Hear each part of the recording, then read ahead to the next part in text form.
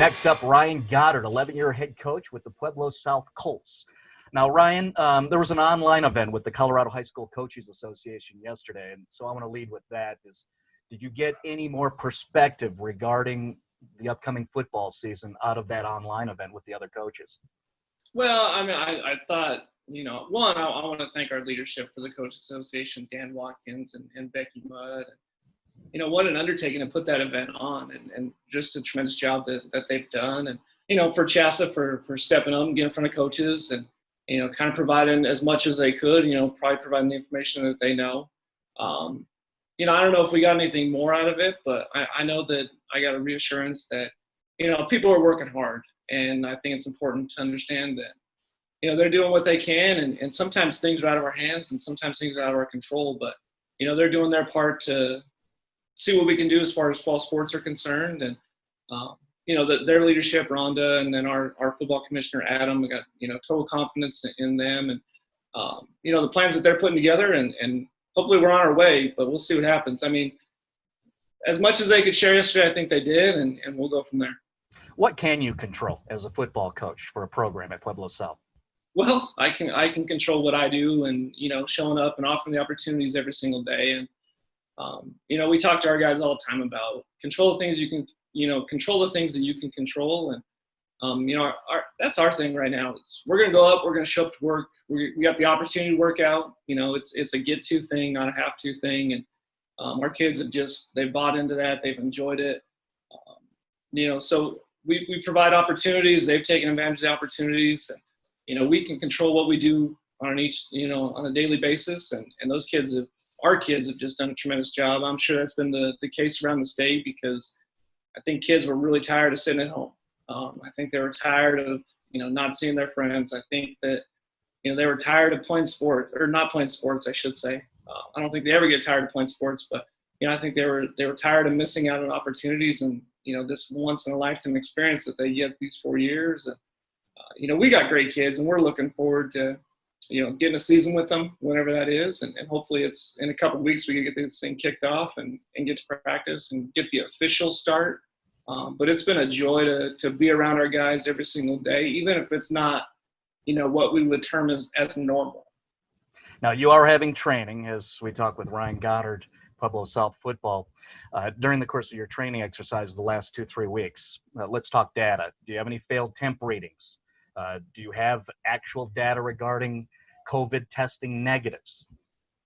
So, I mean, we test temperatures every single day and questionnaires. And we've never had a temperature typically over 90, 98. Like most of our kids, they come in, it's pretty early in the morning, it's cool. Those things are obviously a benefit, but our kids come in, they're probably rolling out of bed, so their body core, their temp's a little bit lower. But our temperature's been good. We've never had to send a kid home because of a temperature or questionnaire type thing. To our knowledge, we've never had a kid that's been exposed to COVID-19 or definitely not been confirmed. Our kids and things in Pueblo are, they're not as great as far as the numbers are concerned statewide or nationally. Now, there's a trend here as well, which is a little bit, on an uptick, which, is concerning as far as numbers. But I think when you put those things in perspective as far as total population and total state population, we're looking at 98% of our population is healthy, and I think that's important to understand too. We got 98% of our people are healthy, and we should all be thankful for that. One thing that I like you're doing is you're speaking of perspective. It has to be customized when we're looking at all those numbers, including the upticks. Is Colorado is definitely different than Florida, New Jersey, Texas. You're different in terms of the uniqueness of your Pueblo South community and the Steel City itself. What are the challenges or maybe the benefits of being in Pueblo compared to other cities, other districts around the state? Well, I mean, I think when you talk about high school sports, it's unique to be in Pueblo anyway, just because of the passion that's shared. Fact. Right. The passion for each high school and that. But, I think it's just the support from the community of, people want their kids to have a choice. People want their kids to be involved. kids want to be involved. This is one of those things that in a community like this, like when you're, third, fourth, fifth grade, you're going to high school games, and those are your role models. Those are your superheroes, so to speak. And I think Pueblo kind of being a little bit, we're on the I-25 corridor, but not many people get past Colorado Springs, most of the time. And, we got some incredible things down here that we'd love to share, the reservoir and things like that, which has increased in tourism and travel this summer just because of the circumstance. But I think people are finding out Pueblo's a pretty cool place. And with all of that, all the travel and tourism that's probably been has probably been a greater amount. But, we're still in a pretty good spot with our COVID numbers, I guess is what you would say.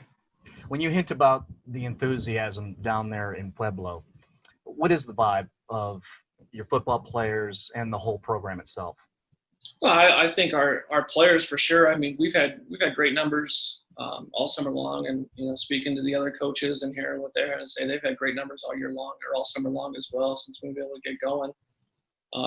I think talking to our parents and our community, they're excited to get going, and they're excited to watch their kids compete and play and participate. And, just one example is we had our annual fundraiser golf tournament, which was going to be a huge deal this year. It was our 20th annual. We didn't know what we were doing, until about 10 days before the event. We threw together an event in 10 days, almost built it up to, where we could, COVID guideline-wise, COVID restriction-wise, and, had a bunch of support from the community and our small businesses here. And we're so thankful for those people, and that the fact that they still want to give back, and they still want to see things happen. They still want to see positive things for kids.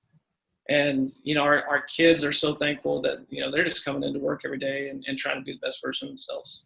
Again, Ryan Goddard, 11-year head coach with Pueblo South football. A couple of things touching on based on your comments. This will be a quick answer. Have you had any players who have declined to participate during summer training?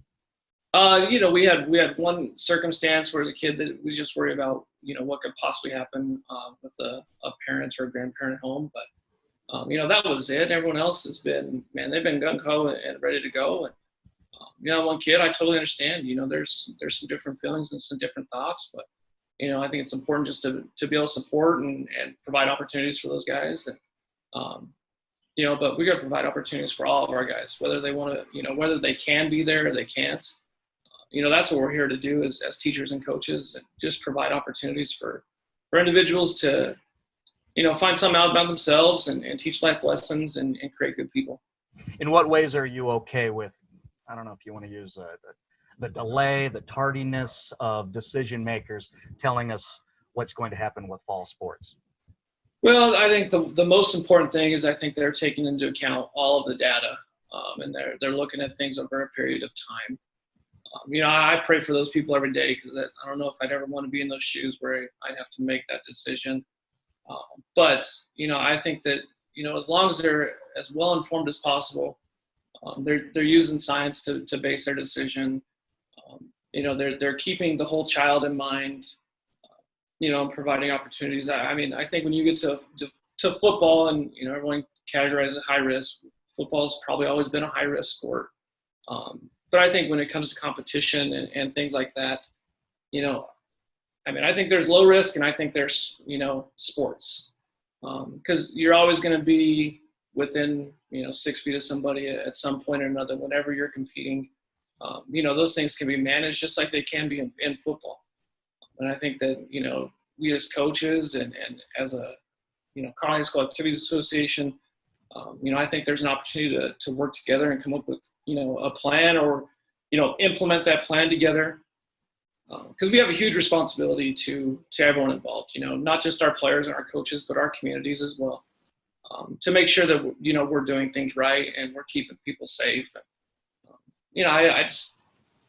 It's one of those things where, football's categorized as a high risk, but, we're going to get into school here pretty soon, and we're going to be in close contact with, a lot of people, or, closer than what we're used to in the last 4 or 5 months. I just think it's an opportunity where you just have to use the science and data and the facts to really steer your decisions. And I appreciate, what they're doing. I wish I had a crystal ball. Right. Now, one thing we do know, and we don't need a crystal ball because you see it in public with the photo opportunities or just the shares from training, I guess group training sessions, also camps, not just football, but all sports, any risk level. What are your feelings about that? That, kids, players, athletes, they are going to be participating, whether it's with a uniform on or not. And in our situation, we had a couple of kids go to camps, and I think that's been a benefit to them, especially those guys that are trying to play at the next level, different things like that. But those camps have kind of been limited too, and that's kind of hurt a lot of our kids' chance to get exposure. And we've try to start working really hard on providing those opportunities and seeing what they could do and seeing how we get names and clips out. You as a head coach at Pueblo South, what are your expectations of football season? When, how, where? What do you think?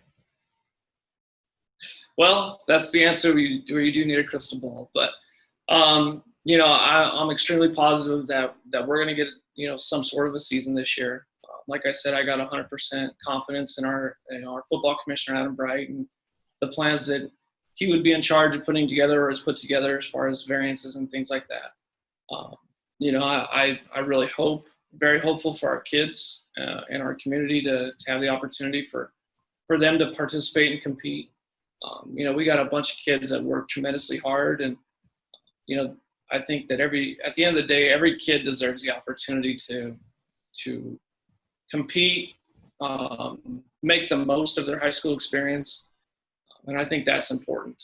But I'm extremely hopeful what's going to happen. I know that whatever's laid out, our coaches will do the best job that they can, at their individual schools and communities and across the state. And, I'm looking forward to seeing a lot of guys and seeing our kids compete. And then let me tag another question before we finish up. You have been sharing awareness of what other state organizations have been doing. How do you think that impacts what might happen in Colorado?